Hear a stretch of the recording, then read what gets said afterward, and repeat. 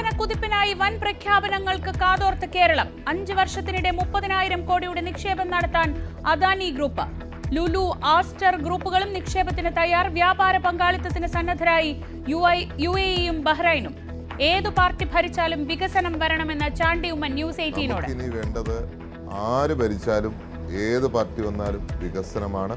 കാരണം നമ്മുടെ ആളുകൾ നാട് വിട്ടു പോവുക, എന്നിട്ട് ലോകം മാറ്റി മറിക്കുക.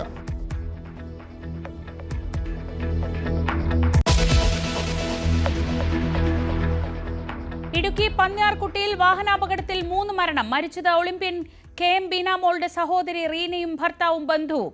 അപകടം ഇന്നലെ രാത്രി 11 മണിയോടെ.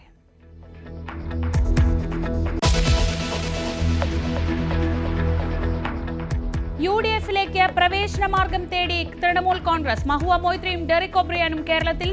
PV അൻവറിനൊപ്പം പാണക്കാട്ടെത്തി തൃണമൂൽ ദേശീയ നേതാക്കൾ. സാദിഖ് അലി തങ്ങളുമായും കൂടിക്കാഴ്ച തുടരുന്നു. കാന്തപുരത്തെയും താമരശ്ശേരി ബിഷപ്പിനെയും സന്ദർശിക്കും.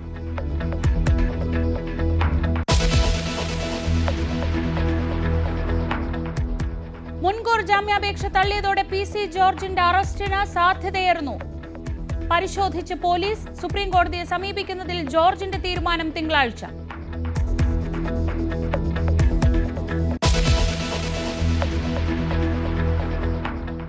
കാക്കനാട് കസ്റ്റംസ് ക്വാർട്ടേഴ്സ് കൂട്ടമരണത്തിൽ പോസ്റ്റ്മോർട്ടം ഇന്ന്. മരണകാരണം ഇനിയും വ്യക്തമായില്ല.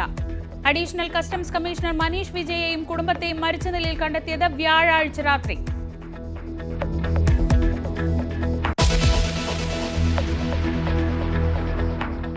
ഫ്രാൻസിസ് മാർപ്പാപ്പ അപകടനില തരണം ചെയ്തിട്ടില്ലെന്ന് ഡോക്ടർമാർ. ഒരാഴ്ച കൂടി ആശുപത്രിയിൽ തുടരേണ്ടി വരും. മാർപ്പാപ്പയുടെ ജീവന ഭീഷണിയില്ലെന്നും ജമേലി ആശുപത്രി.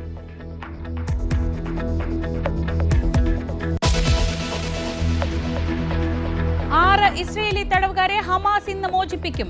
പകരം പ്രതീക്ഷിക്കുന്നത് 602 പലസ്തീനി തടവുകാരുടെ മോചനം.